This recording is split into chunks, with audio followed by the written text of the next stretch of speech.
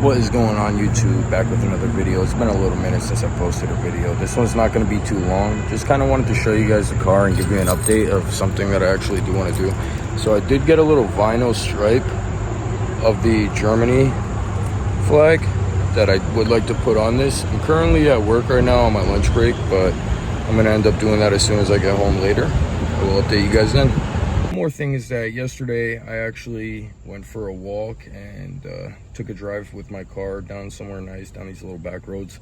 I have a nice little clip for you that I'll add into this video before I get home and add that vinyl.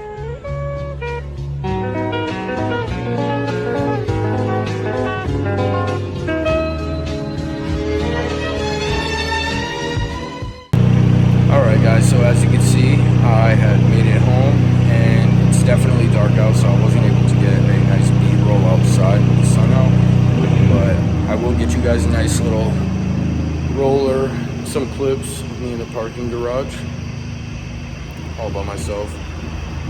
Hope you guys like it. I actually do think it came out really good. Let me know in the comments what you guys think. Definitely think it was the way to go.